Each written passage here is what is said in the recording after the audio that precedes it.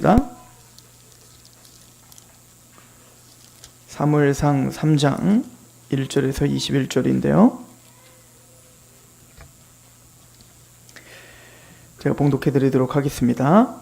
하나님의 음성으로 함께 들으시길 소망합니다. 사무엘상 3장 1절에서 21절입니다.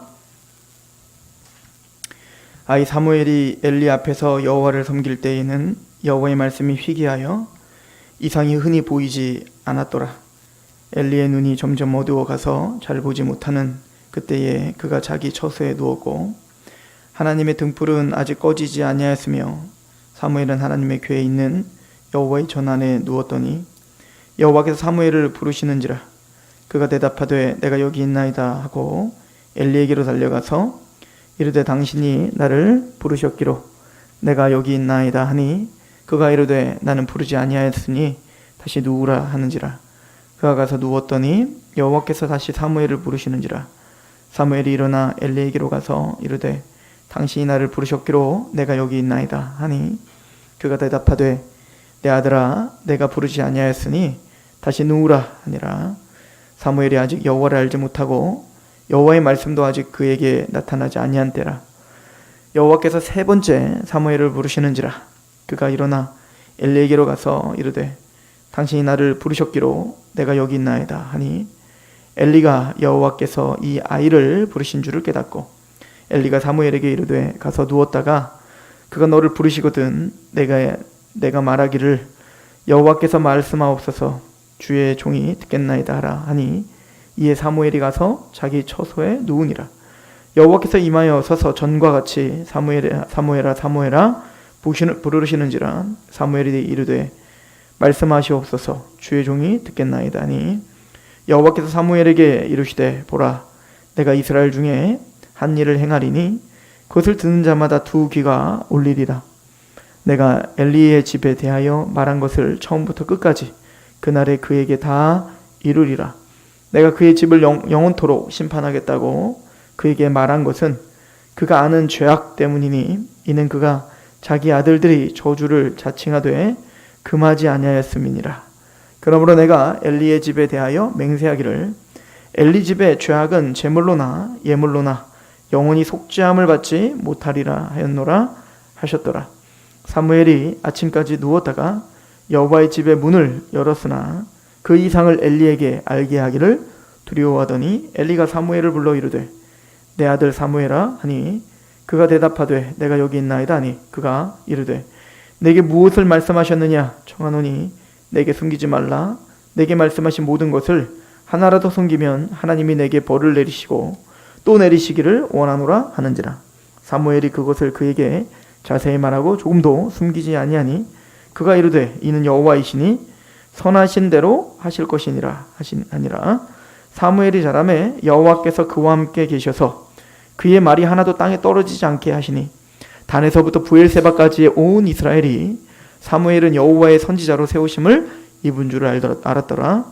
여호와께서 실로에서 다시 나타나시되 여호와께서 실로에서 여호와의 말씀으로 사무엘에게 자기를 나타내시니라. 아멘. 우리 잠시 기도할까요? 하나님 아버지 우리에게 말씀하시옵소서. 하나님 우리가 듣겠습니다.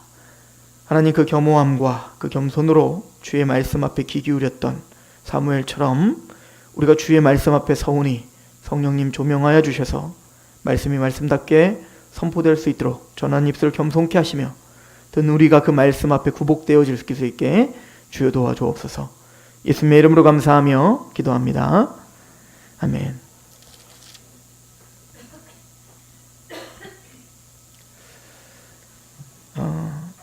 하나님께서 사무엘을 부르시는 장면입니다. 오늘 이야기는 이렇게 됩니다. 하나님께서는 엘리에게 말씀하시지 않고 사무엘에게 말씀을 하시더라는 겁니다. 그래서 엘리의 아들들과 사무엘을 비교했듯 또 한나와 엘리를 비교했듯 오늘은 또 엘리와 사무엘을 비교하는 거예요. 좀 대조하고 있는 거죠. 3장 1절에 보면 아이 사무엘이 엘리 앞에서 여호와를 섬길 때에 여호와의 말씀이 희귀하여 이상이 흔히 보이지 않았더라. 이 시대는 하나님의 이상이 흔히 보이지 않았던 시기다, 이렇게 표현합니다. 그러니까 하나님 말씀하시지 않았던, 하나님의 계시가 없었던 시대였다. 그러니까 영적 암흑의 시기다, 이렇게 표현하고 있는 거죠.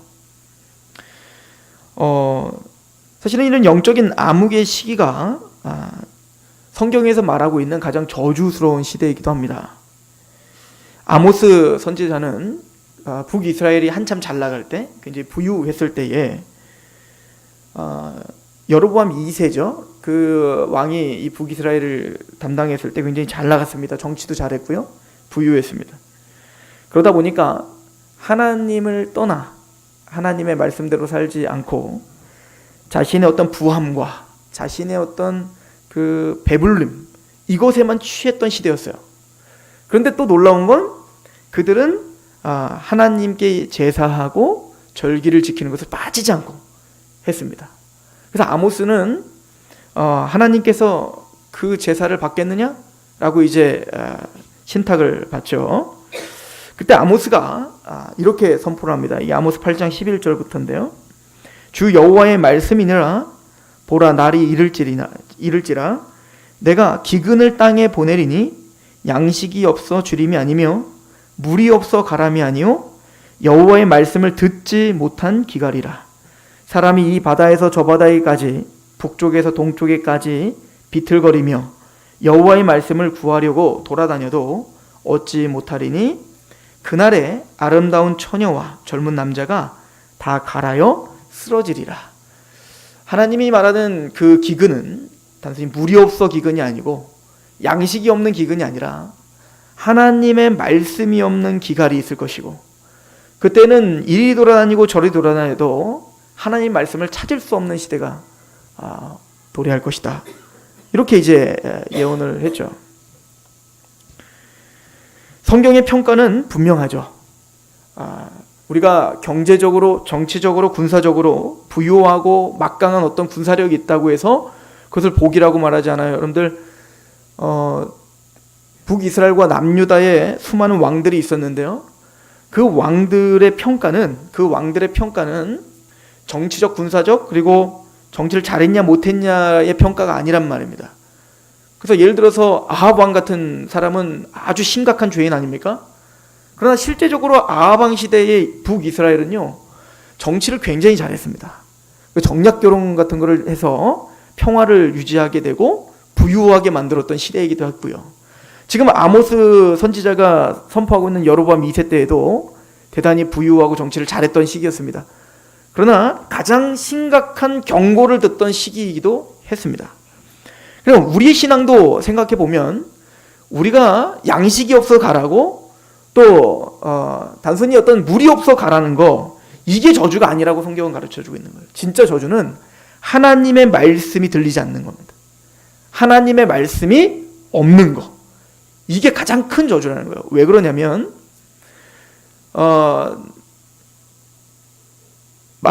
창세기와 출애굽기, 레위기와 신명기, 민수기, 신명기를 모세 오경이라고 하지 않습니까? 그 율법서는 바로 언약을, 하나님의 언약과 하나님의 율례, 하나님의 백성됨의 율례와 언약을 선포하는 거예요. 그리고는 그 뒤에 모든 선지자들, 또 모든 삶은 다 그 언약을 어떻게 가지고 살고 있는가, 이것을 그리고 있다고요. 그러니까 구약의 이제 그 모세 오경은 바로 그 언약이 선포되는 거고, 그 뒤에 구약의 뒤에 있는 선지서라고 하는 여호수아서, 여호수아서, 사사기, 사무엘상하, 열왕기상하는, 즉 그 언약을 갖고 있는 하나님의 백성들이 어떻게 그 언약 가운데 이방과는 다르게 다른 역사 가운데 살고 있는가를 보여주는 역사예요. 그리고 우리가 후선지서라고 말하고 있는 이사야, 예레미야, 또 이런 그 선지서들은요, 에스겔, 이런 것들은, 또 12가지의 소선지서들은 그 이스라엘, 하나님의 언약을 갖고 있는 백성들이 과연 그 언약에 어떻게 합당하게 살았는지, 그 이스라엘 백성들의 삶을 선지적 시각으로, 즉 그 언약에 비추어 평가하고 해설해주고 있는 책이에요. 그러니까 선지자들의 그 사명은 미래를 예측하는 게 선지자들의 사명이 아닙니다. 선지자들의 사명은 하나님의 말씀을 맡아 대언하는 건데 특별히 다른 계시를 받는 게 아니라 하나님께서 모세를 통해서 이미 우리에게 허락하신 그 언약이죠. 아브라함과 이삭과 야곱에게 약속하신 그 언약, 그리고 그 하나님의 백성됨에 합당한 삶의 언약, 율법이죠. 그 말씀에 의거하여 너희가 지금 죄를 범하였다, 떠나였다 라고 선포하는 게 선지자들이었단 말이에요. 그리고 뒤에 나오는 성문서들, 시편으로 시작하는 모든 성문서들은 바로 그런 언약의 백성들이 과연 어떤 신앙 고백과 어떤 찬양과 또 어떤 하나님 앞에 어떠한 가치관 가운데 사는지를 고백하는 것들이 바로 그 성문서들이죠. 그리고는 그 율법서 다음에 나오는 그 선지서의 첫 번째 책이 여호수아인데, 그 여호수아서에는 뭐라고 시작하죠? 너희가 하나님의 율법을 우로나 자로나 치우치지 말고 그 율법을 항상 가지고 살으라는 겁니다. 그리고 그 성문서의 첫 번째 책인 시편은 어떻게 시작하죠? 복 있는 사람은 악인의 꾀를 따르지 않는다는 거, 오만한 자리에 서지 않는다는 겁니다. 오직 주야로 여호와의 율법을 묵상한다는 겁니다. 그러니까 진짜 복이 뭐냐면 우리가 하나님의 말씀 앞에 그 말씀을 알고 하나님을 알아 그 하나님을 아는 지식으로 살아가는 거, 이게 복이라고 이야기한다고요. 그런데 지금 이 사무엘이 살았던, 또 이 엘리가 살았던 이 시대는 하나님의 계시가 희귀하던 시기였어요. 이게 왜 그렇게 저주일까요? 엄청난 저주죠. 자, 예를 들어 요시야 왕을 한번 생각해 보십시오. 요시야 왕은 이제 요시야 그리고 여호야긴, 시드기야로 이제 끝나는 거예요. 그러니까 유다 왕조의 마지막 왕조의 그 4명 중에 한 명이에요. 그런데 요시야가 하나님을 경외하는 마음으로 성전을 재건할 때, 성전을 다시 보수할 때, 그 성전을 보수하다 보니까 민수기에 이미 이야기되어 있었던 하나님의 언약궤 옆에는 반드시 뭘 두라? 하나님의 율법책을 두라라고 말했단 말이에요. 그런데 그 율법책을 잃어버린 거예요. 어디 있었는지 몰라요. 그게 아마 보수할 때 나온 거 보면 어디 막 수소 박혀 있어갖고 율법책을 아예 보지도 않았던 것 같습니다. 즉 하나님의 말씀이 없던 시기였죠. 하나님 마땅히 제사장은 그 언약궤 옆에 있는 그 율법책을 계속 묵상하며 그 말씀을 선포하고 그 말씀을 가르쳐야 될 사람들이었다고요. 그런데 그 제사장, 어떤 제사장도 또 왕들에게도, 신명기에 보면 왕들도 하나님의 율법책을 항상 네 옆에 두라라고 왕들에게도 명했다면, 그 수많은 오고 오는 모든 왕들은 하나님의 율법책을 옆에 두고 끊임없이 그 율법으로 자신의 나라를, 또 하나님의 나라를, 또 제사장은 그 제사법을, 또 선지자는 그 말씀에 의거한 신탁을 끊임없이 말을 했어야 됐다고요. 그런데 그때까지도 누구도 하나 율법책이 사라졌는데 아무도 그걸 인식하지 못할 만큼 하나님의 말씀이 사라졌던 시기였습니다. 어떤 저주가 임했죠? 요시야가 그 율법책을 발견하고 제일 먼저 한 게 뭡니까? 옷을 찢고 통곡했던 거 아닙니까? 왜냐하면 자신이 잘했다고 생각했던 모든 성전 제사가 엉터리였다는 거죠. 완전히 우상숭배였다는 겁니다. 하나님을 제사하고 하나님께 예배해야 될 그 성전 안에 아세라 목상이 있을 뿐만 아니라 바알신과 아세라를 섬기는 그릇이 있을 뿐만 아니라 또한 창기들이죠. 남창에 집이 있질 않나? 그러니까 말도 안 되는 일들이 그 성전 안에서 이루어지고 있으면서도 하나님을 섬기고 있다라고 하나님의 일을 모독하는 거죠. 저주 아닙니까? 나라가 잘 살고 또 먹을 것이 많고 부유하면 뭐합니까? 하나님을 섬긴다는데 말씀이 없어? 하나님께 열심히 하면 할수록 우상숭배를 하고 있다. 이것만큼 저주가 어디 있냐고요. 하나님을 대면했을 때 그것만큼 치가 떨리도록 두려운 사건이 어디 있겠습니까? 그런데 이런 일들이 모든 시대마다 반복이 된다는 얘기를 우리가 계속해왔습니다. 즉 그게 바로 중세 카톨릭 시대였다고 했잖아요. 즉 그들은 하나님의 말씀이 없었던 시기였죠. 왜냐하면 하나님의 말씀이 필요가 없었습니다. 휘황찬란한 성전과 그 성전 안에 있는 그 많은 시스템들, 또 그 안에 울려 퍼지는 그 감미로운 찬양들, 그런 모든 것들, 또 보여지는 교황이 신적 대리자로서 권세를 누리고 있고 그런 모든 엄숙함, 이런 것들을 통해서 이미 모든 권위를 하나님을 경외한다고 착각하게 만들었단 말입니다. 그리고는 그들은 말씀을 몰랐죠. 아예 말씀을 구독하게 안 했어요. 말씀을 보면, 성경을 보면 화형시켜버렸습니다. 많은 종교개혁자들이 성경을 번역했다는 이유만으로 화형당했죠. 성경을 읽었다는 것만으로 출교를 당해버린단 말입니다. 즉 말씀이 없었던 시기에는 그래서 수많은 우상숭배가 그 안에 그득하게 된 거 아니겠습니까? 그게 가장 큰 저주인 거죠. 교회 안에 가장 큰 저주는 교회가 부유하지 못하거나 교회가 사람이 넘치지 못하거나 교회가 정치와 타협을 해서 정치에 어떤 힘을 빌리지 못한다거나 교회가 뭔가 화려하지 못한 것이 저주가 아니라 말씀이 없는 게 저주임을 오늘 말씀을 통해서 우리는 발견하는 겁니다. 말씀이 들리지 않고 그 말씀에 감격하지 않고 그 말씀에 붙잡힌 바 된 마음이 없다면 그것만큼 저주가 없는 거예요.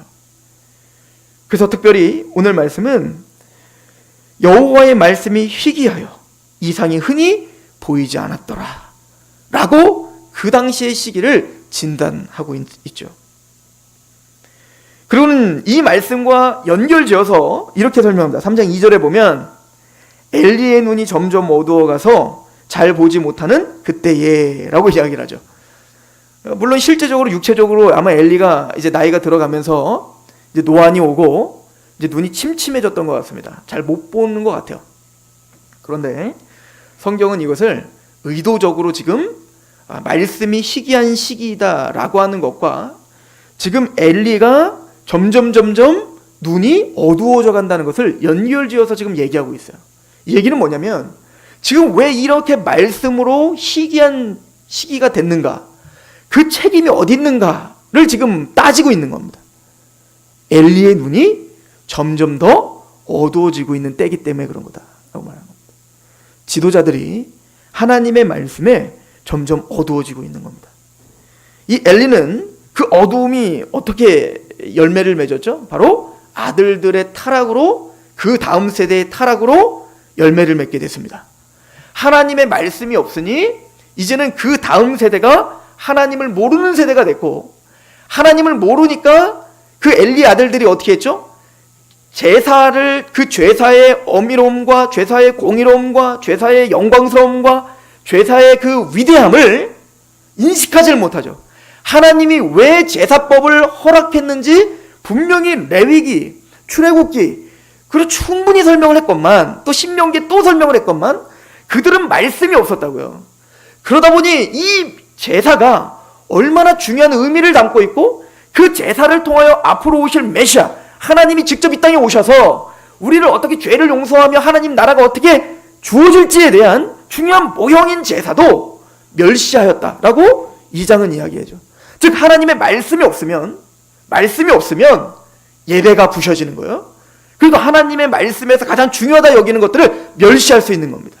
우리로 말하면 우리가 교회와 교회 예수를 얘기하고 믿음을 얘기하고 있지만 그 단어는 얘기하지만 정말 성경에서 말하고 있는 믿음, 진짜 성경에서 말하는 의, 진짜 성경에서 말하는 십자가, 진짜 성경에서 말하는 복음의 의미, 진짜 성경에서 말하는 하나님의 나라, 이런 개념들이 다 무너져 버릴 수 있는 거죠. 그리고 말은 하지만 그 하나님의 귀한 그 사역과 사명들을 다 짓밟고 멸시할 수 있는, 이래서 저주인 거예요. 말씀이 없는 것은 그래서 저주인 겁니다. 말씀이 없는 성도는 그래서 저주인 거예요. 말씀이 없는 교회는 그래서 저주인 겁니다. 말씀이 없는 세대는 그래서 저주인 거죠. 이런 이야기를 이삭을 통해서도 한번 하나님이 하신 적이 있어요. 이삭이 이제 나이가 들어 이제 죽을 것 같은 거예요, 자신이. 그래서 야곱과 에서 중에 에서가 장자였기 때문에 장자 축복을 에서에게 하고 싶었던 겁니다. 그래서 이제 에서를 부르죠. 그때 이제 성경은 창세기는 뭐라고 기록하고 있냐면 에서가 이삭이 늙어 점점 눈이 보이지 않더라 이렇게 말을 하고 있습니다. 그리고는 이제는 얘가 에서인지 야곱인지 구분할 수 없을 정도로 눈이 어두워졌습니다. 그리고는 그 에서에게 뭐라고 하냐면 내가 너에게 장자 축복을 하려고 하는데 너는 내가 좋아하는, 나를 위하여 내가 좋아하는 그 사냥을 한 것으로 별미를 만들어 오면 내가 마음껏 죽기 전에 너에게 축복하게 해줘라. 굉장히 옳은 얘기인 것 같은데요. 이것과 반대로 지금 누구는 리브가는 그 이삭의 생각에 대항하여 뭐 하죠? 빨리 야곱을 불러서 네가 들어가라. 빨리 네가 들어가서 형이 받기 전에 네가 들어가라. 그럼 이삭은 에서를 사랑했고 리브가는 야곱을 사랑한 겁니까? 근데 이삭은 에서를 사랑한 건 맞은 것 같습니다. 왜냐면 이 이삭은 뭘 좋아했냐면 에서가 잡아온 별미, 고기. 이 고기 음식을 너무너무 좋아했다고 기록하고 있죠. 그래서 그것을 빨리 갖고 오면 그 별미를 가지고 내가 먹고 행복하게 너를 축복할게. 이게 뭐가 문제일까요? 이삭은 눈이 어두워진 겁니다. 사실은 리브가가 임신했을 때 하나님이 분명한 메시지를 줬습니다. 뭐라고 메시지를 했죠? 작은 자가, 큰 자가 작은 자를 섬기게 될 것이라는 것을 분명하게 말씀하셨기 때문에 하나님의 뜻은 에서가 아니라 야곱이 장자 축복을 받아야 된다는 것을 리브가만 알았겠습니까? 그것을 같이 나눴을 거란 말이에요. 그런데 야곱은, 이삭은 자신의 육적인 욕망, 자신의 어떤 그 별미, 나를 위하여 마음껏 내가 좋아하는 그걸 갖고 오면 내가 축복해 줄게. 그것이 하나님이 자신에게 말씀 아닌 자기네 가족에게 말씀하신 그 질서와 그 약속을 가려버리게 됐다는 얘기인 겁니다. 이삭은 정말 눈이 어두워진 겁니다. 이런 표현들이 성경에 자주 등장을 하는 겁니다. 즉 엘리는 그렇게 눈이 어두워졌을 뿐만 아니라 영적으로 어두워져 하나님의 음성을 듣지 못하죠. 어느 정도냐면 바로 앞에서 사무엘은 듣는데 엘리야는 듣지 않죠. 하나님은 엘리에게 말씀하시지 않는 겁니다. 그리고는 하나님은 사무엘에게 하나님의 말씀을 주시되 그 말씀의 내용은 엘리 가문의 심판입니다. 그죠? 왜 엘리 가문을 심판할 수밖에 없죠? 이걸 이미 하나님이 엘리 가문의 죄 때문이다 라고 이야기를 했어요. 첫 번째 죄는 우리가 사무엘상 2장에 이미 우리가 상고했는데 2장 29절에 보면 하나님보다 그의 아들들을 더 중하게 여겼다는 것입니다. 그죠? 엘리는 그랬을 거예요. 아닙니다. 나는 하나님을 더 중하게 여겼습니다. 한 번도 나는 제사를 내가 다 집례하는 것을 빠뜨린 적이 없었고요. 내가 하나님 앞에 안 했던 게 뭐 있겠습니까? 그런데 중요한 건 자신의 자녀들이 엘리의 그 아들 그 홈리와 비나스가 하나님의 말씀에서 떠나 있다는 걸 보고도 그것들을 바로 잡지 않고 그냥 내버려뒀다는 거예요. 그러니까 그게 나중에 돌아 소문이 나고 사람들이 다 알게 되니까, 그러니까 그때까지 정말 엘리가 인지하지 못했다는 거예요. 홈리와 비나스가 정말 그런 죄를 졌다는 걸, 그걸 인지하지 못했다고 해도 그건 영적인 어두움이죠. 두 번째, 그걸 인지했을 때 그걸 바로바로 얘기하지 않았던 겁니다. 그리고는 나중에 이 소문이 온 이스라엘에 퍼지고 지금 엘리 가문에 대한 어떤 부정적인 어떤 여론들이 있으니까 그때서야 엘리가 다 이제 늙어 얘기를 하는 거예요. 홈리와 비나스야, 너 왜 내가 이런 소문을 이제 들었다. 너 왜 그것 좀 바꿔라. 왜 너는 하나님의 제사를 하나님 앞에 왜 그렇게 범죄하니? 라고 그때 얘기했지만 그때는 이미 늦은 겁니다. 그들은 듣지 않았어요. 듣지 않은 거예요. 지금까지 그런 습관이 배어있고 그렇게 살아왔는데 하루아침에 어떻게 바뀌냐고요. 그러니까 듣지 않는 거죠. 그래서 그들은 저주를 받게 될 수밖에 없었다는 얘기를 하고 있어요. 그리고 오늘 본문에는 그것을 이렇게 이야기하죠. 3장 13절에 보면 내가 그의 집을 영원토록 심판하겠다고 그에게 말한 것은 그가 아는 죄악 때문이니 엘리도 알고 있다. 뭐 때문인지. 그죠?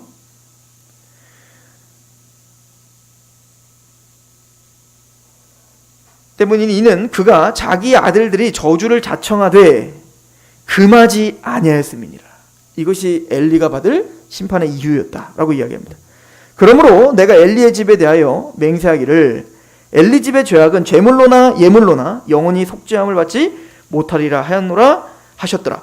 저는 여기서 조금 좀 의아스러운데요. 뭐냐면 그 다음에 엘리의 태도입니다. 그래서 이제 사무엘에게 물어봐요. 야, 하나님이 너한테 뭐라고, 얼마나 궁금했겠습니까? 아니 너랑 뭐한테 뭐라 그랬니? 그랬더니 사무엘이 또 안 말할 것 같으니까 두려워서 말을 안 하니까 너 말 안 하면 하나님이 너에게 저주를 내릴지어다 막 이렇게 또 협박을 합니다. 그래서 사무엘이 이제 다 자초지종을 다 설명합니다. 하나도 빠짐없이 다 얘기했더라. 그때 엘리가 굉장히 멋지게 얘기를 해요. 뭐라고 이야기를 하냐면 18절에 보세요. 사무엘이 그것을 그에게 자세히 말하고 조금도 숨기지 아니하니 그가 이르되 이는 여호와시니 선하신 대로 하실 것이니라 하니라. 하나님의 주권 가운데 있다.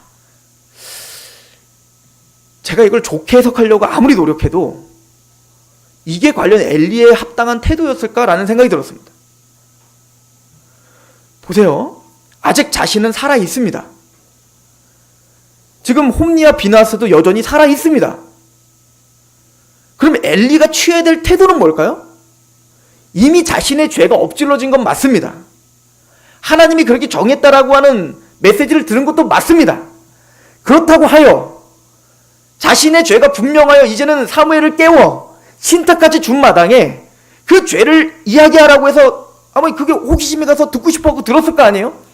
들었다면 그 말씀을 듣고 엘리가 어떻게 태도를 취해야 됐냐고요. 하나님이 그리하건 안 하건, 하나님이 그것을 취소하건 취소하지 않건 엘리는 그 죄 앞에 무릎 꿇고 하나님께 통곡해야 되지 않았을까요? 이게 다윗의 태도였습니다. 다윗이 밧세바와 간음을 저지르고 그리고 우리아를 쳐 죽이는 그런 범죄를 저질렀을 때 나단에 의하여 책망을 받았습니다. 하나님이 나단에 의하여 신탁을 주시고 그게 얼마나 큰 번제인지를 설명해 줬다고요. 그때 다윗이 했던 게 뭐였죠? 하나님께 통곡하는 거였습니다. 우는 거였다고요. 이게 먼저 아니겠습니까? 근데 어떻게 평가해야 될지는 모르겠는데 이 엘리의 이 태도가 겉으로는 굉장히 멋져 보이는 것 같은데 과연 이게 합당한 태도인가에 대한 굉장히 큰 의문점이 우리에겐 드는 거죠. 그리고 하나님이 사무엘에게 그렇게 엘리 가문의 심판을 명했던 것은 그것을 통해서 돌아오기를 바라지 않았을까요? 이런 이야기들은 성경에 계속 되어 있습니다. 이게 나중에 요한계시록에 보면 일곱 나팔, 일곱 대접 심판 시리즈가 쫙 있는데요.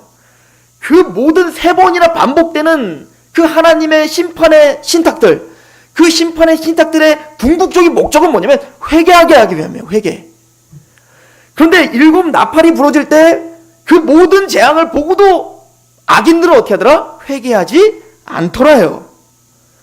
또 7 대접이 쏟아졌을 때도 그 악인들의 태도는 뭐더라? 회개하지 않더랍니다. 이걸 로마서에는 사도 바울이 2장에 뭐라고 하냐면 하나님의 인자하심과 오래 참음을 너희가 멸시하는구나. 그래서 그 심판을 더욱더 너희가 쌓고 있구나. 그 진노를 쌓고 있구나 라고 이야기하는 것과 같죠. 이게 말씀이 없는 자들의 저주인 겁니다. 통회하지를 못합니다. 하나님의 말씀 앞에 겸허할 수 없는 겁니다. 하나님의 말씀 앞에 울 수 없어요. 그러면 하나님의 나라가 임한 사람의 태도는 뭐라고요? 심령이 가난한 자, 애통하는 자라니까요. 이 원리를 한 번도 성경은 떠난 적이 없다는 얘기예요. 엘리는 오늘 말씀엔 또 사무엘과 엘리를 또 대조하는 말이 있는데요. 이런 거 보면 참 재밌어요. 굉장히 탁월한 문학 작품입니다. 이 성경은 3장 3절을 보면 3장 2절에 엘리의 눈이 점점 어두워가서 잘 보지 못하는 그때 그가 자기 처소에 누워요. 그러니까 엘리는 자기가 점점 보지 못하니까 그 자기 처소에 눕죠.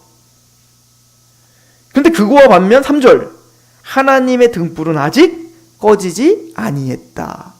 사실은 여기에도 문제가 있어요. 사실은 그 하나님의 등불, 성전의 등불은 누가 관리하는 겁니까?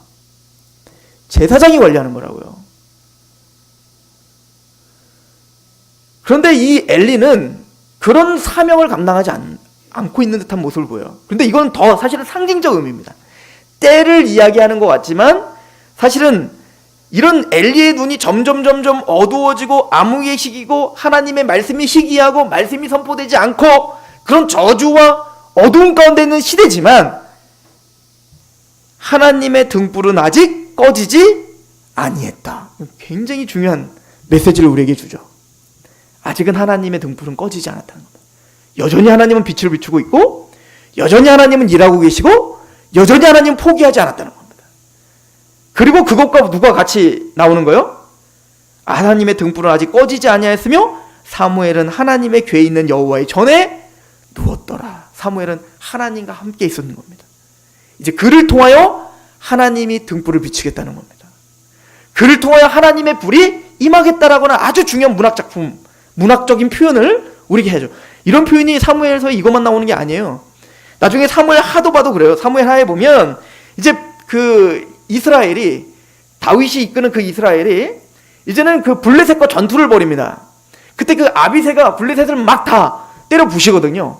그때 블레셋은 원래 이제 몇 가지 그 도시가 합쳐진 나라인데 가드라고 하는 도시랑 싸우는 거예요. 근데 그 사무엘하에 보면 가드라고 도시에 살고 있는 그 사람들은 뭐냐, 또 거인 소생들 이렇게 표현해요. 거인들. 그래서 손가락이 6개 있고 발가락이 6개 있는 거인. 뭐를 연상시키죠? 네피림을 연상시키죠. 또 누굴 연상시키죠? 블레셋 사람이었던 골리앗을 연상시키죠. 그래서 그 거인이요, 자신의 힘을 믿고 거기 보니까 하나님의 백성들을 조롱하더라 이렇게 표현하고 있습니다. 그들을 누가 부수냐면 거기 보면 다윗의 군사들이 그 거인의 소생들을 다 점령하더라. 이게 지금 성경이 말하고자 하는 아주 중요한 메시지입니다. 하나님의 나라는 그렇게 강하게 설 겁니다. 하나님의 등불은 꺼지지 않았을 뿐만 아니라 그 등불은 반드시 모든 족속을 밟고 이제 하나님의 나라를 완성시킬 때까지 쉬지 않고 가실 거란 말이에요. 그때 이 사무엘하에 뭐라고 표현되어 있냐면 그 밑에 있는 그 부하들이 뭐라고 하냐면, 다윗 왕이시여, 당신은 전쟁에 참여하지 마십시오 라고 말해요. 왜냐면 이제 전쟁에 참여하면 혹시 죽을 수도 있잖아요. 그러니까 그 부하들이 뭐라고 하냐면 우리가 목숨 걸고 싸우겠다 이거예요. 그러니까 당신은 전쟁에 참여하지 마세요. 그리고 뭐라고 하냐면 이스라엘의 등불이 꺼지지 않게 하소서 이렇게 표현합니다. 그러니까 다윗을 뭐라고 표현하는 거예요? 이스라엘의 등불이다 이렇게 표현한 겁니다. 즉 그렇게 하나님의 빛은 그렇게 하나님의 사람을 통하여 비춰지는 겁니다. 그 하나님의 등불이 아직 꺼지지 않았습니다. 왜냐? 사무엘이 여호와의 전에서 그렇게 하나님 앞에 있기 때문에 그렇습니다. 모든 시대가 그렇습니다. 우리가 살고 있는 지금 시대도 마찬가지입니다. 하나님의 등불은 여전히 꺼지지 않았습니다. 우리가 있기 때문입니다. 이 말을 하고 싶은데 그러고 싶습니다. 하나님은 사무엘에게 엘리의 가문의 심판을 명했습니다. 그리고 이거를 뭐라고 표현해요? 하나님이 맹세하셨다. 그리고 그 일들을 반드시 이루실 것이다. 전 이것만큼 저주가 어디 있는지 모르겠어요. 하나님이 아예 그 가문을 멸절시키려고 맹세하셨대요. 둘 중에 하나요. 하나님 맹세하시거든요. 내가 내 아들을 통하여 너를 반드시 구원시키려 맹세하마. 이게 히브리서의 얘기입니다. 그 맹세의 보증이 되시기 위하여 그 아들 예수께서 십자가에 죽으셨느니라. 이게 히브리서의 얘기예요. 그래서 우리는 언약을 카바넌트라고 불러요. 이게 뭐죠? 유언과도 같다. 유언과도 같다. 그래서 히브리서는 뭐라고 하죠? 유언은 유언한 자가 죽어야 효력을 발휘하는데 그 맹세를 보증하신 예수께서 죽으셨다. 그러면 그 맹세는 취소할 수 없다. 얼마나 복이냐고요. 그런데 반대로 나는 너를 죽이기로 작정했다. 나는 너의 집안을 폭삭 망하기로 작정했고 맹세했다. 이거는 어떤 것으로도 돌이킬 수 없다. 이게 얼마나 저주냐고요. 근데 중요한 건 이 엘리 가문은 이런 저주와 맹세 앞에 두려움이 없는 겁니다. 왜 그럴까요? 나중에 여러분들 오바댜를 한번 보세요. 오바댜. 하나님의 오바댜는 에돔에 대한 그 저주를 명하시거든요. 이 에돔은 누구예요?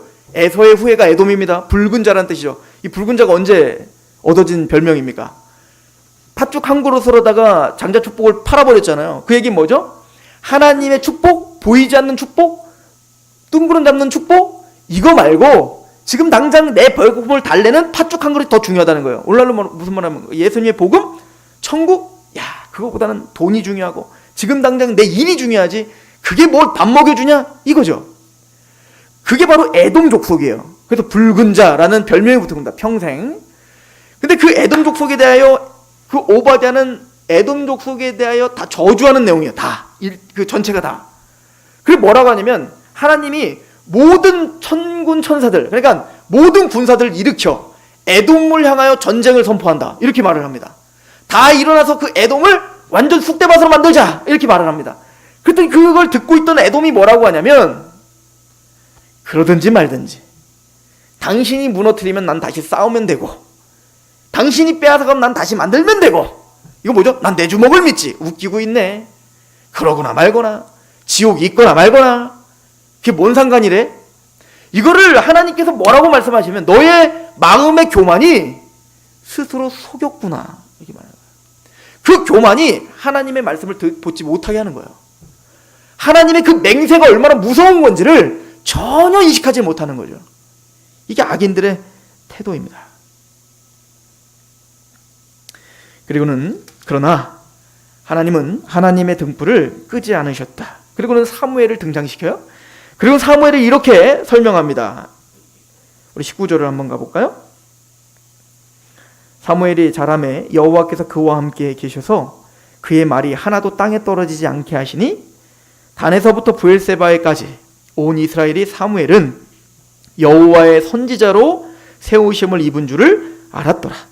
여호와께서 실로에서 다시 나타나시되 여호와께서 실로에서 여호와의 말씀으로 사무엘에게 자기를 나타내시니라. 저는 오늘날도 하나님의 등불은 꺼지지 않았다고 믿습니다. 왜냐하면 사무엘이 있었기 때문이었죠. 그럼 그 사무엘이 어떤 사람이었죠? 하나님이 그의 말이 하나도 땅에 떨어지지 않게 하시니라. 무슨 얘기죠? 사무엘에게 하나님이 신탁을 주셨고 신실하신 하나님이 주신 그 말씀을 선포하는 선지자가 되었어요. 사무엘은. 그렇기 때문에 그 하나님의 말씀을 선포하는 것이 하나도 땅에 떨어지지 않게 될 겁니다. 이 얘기죠. 그래서 사무엘은 이제 사실은 이제 이전까지는 족장시대였잖아요. 족장시대. 사사시대 전까지 족장시대 아니었습니까? 아브라함 이상. 그럼 족장시대 때는 사실은 선지자, 왕, 제사장 이렇게 따로따로 나눠져 있질 않았어요. 아브라함이 제사도 드렸고 아브라함이 신탁도 받았고 아브라함이 자녀들을 다스리기도 했고, 그러니까 아브라함, 이삭, 야곱이 제사장이기도 했고 선지자기도 했고 왕이기도 했고, 이게 원래 맞아요. 이렇게 하는 거예요. 원래 가정의 가장이, 또 가정의 부모가 왕이고 선지자고 제사장 노릇을 원래 해야 돼요. 그런데 죄 때문에 그걸 하지 못하게 됐단 말입니다. 그래서 하나님은 왕이며 제사장이며 선지자가 무엇인지를 설명해 줬어야 됐고, 그래서 이제는 이 사무엘 시대로부터 시작하여 왕과 제사장과 선지자가 따로따로 구별되게 될 겁니다. 왜 그런지를 제가 이제 사무엘상을 설교하면서 그건 설명해 드릴 거고, 그럼 선지자는 뭐냐면 하나님의 말씀을 맡아 대언하는 게 선지자란 말이에요. 그 말씀을 가지고 그 말씀 앞에, 그러니까 하나님과 동행한다는 건 하나님의 말씀과 함께 동행하는 걸 말하는 겁니다. 여러분들 아모스서를 잠깐 가보시겠어요? 아모스?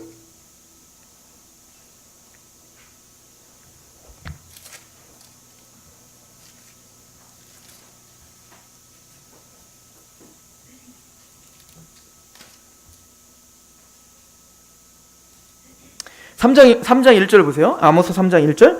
선지자가 무엇인지를 잘 설명해주고 있어요. 이스라엘 자손들아, 여호와께서 너희에게 대하여 이르시는 이 말씀을 들으라. 애굽 땅에서 인도하여 올리신 모든 족속에게 대하여 이르시기를, 내가 땅의 모든 족속 가운데 너희만 알았나니 그러므로 내가 너희 모든 죄악을 너희에게 보응하리라 하셨나니. 그러니까 너희만 알았기 때문에 징계한다 이거예요. 돌이키려고. 이방들은 징계할 필요도 없어요. 그냥 그렇게 심판만 하면 되니까. 자, 그런데 왜 너희를 그 죄악을 보응할 수밖에 없냐면 하나님 말씀을 듣지 않았거든요, 얘네가. 그러면서 말을 하기를 3장 3절 보세요.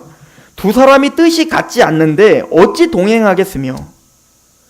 그러니까 이 얘기는 뭐냐면 두 사람이 같이 뜻이 맞지 않는데 어떻게 동행하겠냐고요. 마음이 안 맞는데. 그런 것처럼 선지자란 하나님과 동행하는 자예요.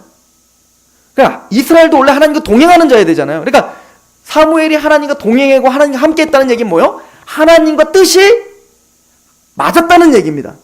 그 하나님과 뜻이 맞았다는 얘기는 뭐죠? 4절. 사자가 움킨 것이 없는데 어찌 수풀에서 부르짖겠으며 젊은 사자가 잡은 것이 없는데 어찌 굴에서 소리를 내겠느냐. 덫을 땅에 놓지 않았는데 새가 어찌 거기 치이겠으며 잡힌 것이 없는데 덫이 어찌 땅에서 튀겠느냐. 성읍에서 나팔이 울리는데 백성이 어찌 두려워하지 않겠으며 여호와의 행하심이 없는데 재앙이 어찌 성읍에 임하겠느냐. 주 여호와께서는 자기의 비밀을 그 종 선지자들에게 보이지 아니하시고는 결코 행하심이 없느냐. 지금 뭔 얘기하는 거냐면 선지자들이 하나님의 말씀을 갖고 있어야 사자가 울부짖는 것처럼 뭔가 움킨 게 있어야 와 포효할 거 아니에요. 마찬가지로 선지자들이 선포하지 못하는 이유가 뭐냐면 하나님의 말씀이 없어서다 이거예요.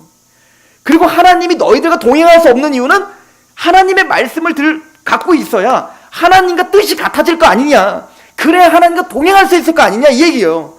그런데 지금 이스라엘은 선지자들이 하나님의 말씀을 갖고 있지도 않고, 그러니까 당연히 하나님의 말씀을 선포할 수도 없고, 그러니까 이스라엘이 회개할 수도 없고, 그러니까 하나님이 재앙을 줄 수밖에 없지 않냐 이 얘기인 거죠. 그러니까 사무엘이 하나님과 동행하고 하나님과 함께 있었다는 건 뭐죠? 선지가 됐다는 건 하나님의 마음에 합당하다는 겁니다. 어떻게? 하나님의 말씀을 들고 있다는 얘기인 거예요. 그리고 그 말씀 앞에 끊임없이 자신을 비추고 있다는 얘기입니다. 그리고 그 움킨 것이 있어야 사자가 포효하는 것처럼 선지자인 이 사무엘은 이제 그 말씀을 선포할 수밖에 없는 사람이 된 거예요. 이게 여호와의 등불이죠. 선지자는 누굽니까? 예레미야는 이렇게 이야기를 합니다.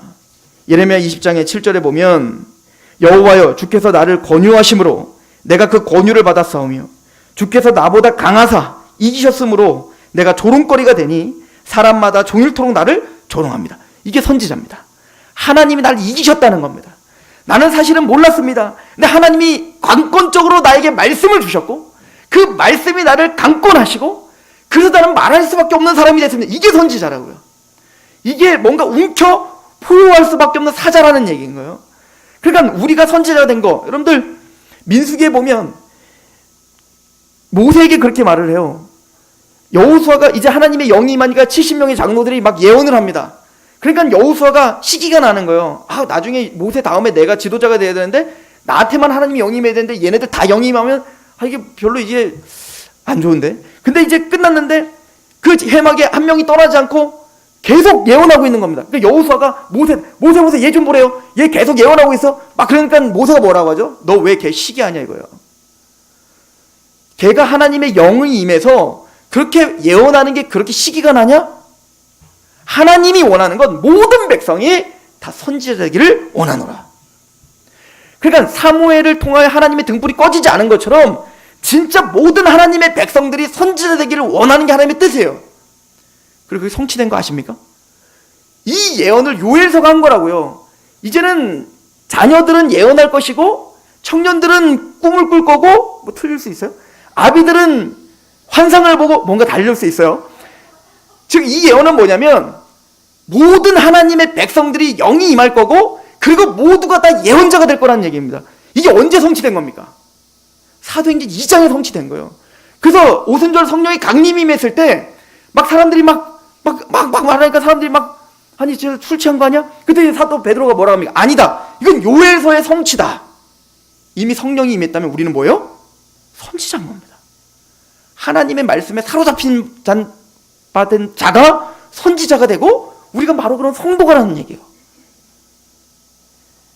그리고는 예레미야는 말하죠. 8절에 내가 말할 때 외치며 파멸과 멸망을 선포함으로 여호와의 말씀으로 말미암아 내가 종일토록 치욕과 모욕거리가 됨이니. 하나님의 말씀을 얘기하면 얘기할수록 우리는 뭐요? 모욕과 치욕거리를 당해요. 이게 뭐죠? 예수님이 너는 나를 따르려거든 자기를 부인하고 자기 십자가를 지고 따라오라는 얘기잖아요. 그러니까 좁은 문으로 들어간 자는 좁은 길로 가라는 얘기 아닙니까? 우리는 평탄하고 번영된 길로 가려고 하는 사람들이 아니라 그 말씀을 알기 때문에 그 말씀을 선포하고 하나님의 나라를 확장하려고 하는 사람들 아니에요? 선지자니까. 예레미야처럼 말입니다.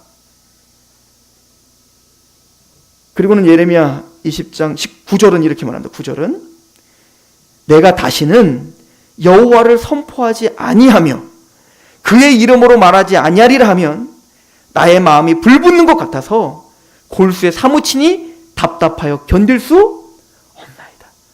예레미야가 이렇게 울은 거예요. 하나님, 내가 주님의 말씀 때문에 내가 굉장히 괴롭습니다. 왜 나에게 말씀을 주셔서 왜 내가 이렇게 살게 하냐고요. 저 믿지 않는 사람들처럼 그냥 떵떵거리며 살고 내 맘대로 살고 내 뜻대로 살면 되는데, 내가 한 대 때리면 그냥 나도 가서 때리면 되는데, 왜 내가 말씀을 알아서 오른뺨을 때리면 왜 왼뺨을 울면서 돌려대야 되냐고요. 내가 주님의 말씀 때문에 굉장히 괴롭습니다. 나 이렇게 살고 싶지가 않습니다. 그래서 내가 이렇게 살지 말아야지, 하나님 말씀대로 살지 말자, 내가 하나님 말씀대로 전하지 말자, 그렇게 결심을 하면, 근데 주님, 내 마음이 불이 붙는 것 같아서 도무지가 참을 수가 없습니다. 나는 이렇게 주님의 말씀에 매여 있을 수밖에 없습니다. 주의 말씀을 전할 수밖에 없는 사람인가 봐요. 주의 뜻 가운데 이렇게 걸어가는 인생을 살아야 될 사람인가 봅니다. 이게 지금 예레미야의 고백인 겁니다. 그게 여호와의 등불입니다. 우리가 그런 여호와의 등불이길 소망합니다. 기도하겠습니다. 하나님, 너무나 감사합니다. 그 어두운 시기에 여전히 여호와의 등불은 꺼지지 않았다는 말씀이 우리의 마음을 감동하게 합니다. 지금도 여전히 복음의 등불은 켜져 있고, 빚진 자의 마음으로 그 복음 앞에, 말씀 앞에 그렇게 하나님 앞에 울 수 있는 하나님의 백성들이 여기 있습니다. 주여, 우리를 긍휼히 여기시사 선지자의 마음을 갖게 하시옵소서. 하나님의 말씀 앞에 굴복하며 산다는 것이 무엇인지 우리의 눈빛과 우리의 삶의 태도를 통해 드러내어 하나님께 영광을 돌리는 그런 우리 하나님의 나라들이 되게 하옵소서. 예수님의 이름으로 감사하며 기도합니다. 아멘.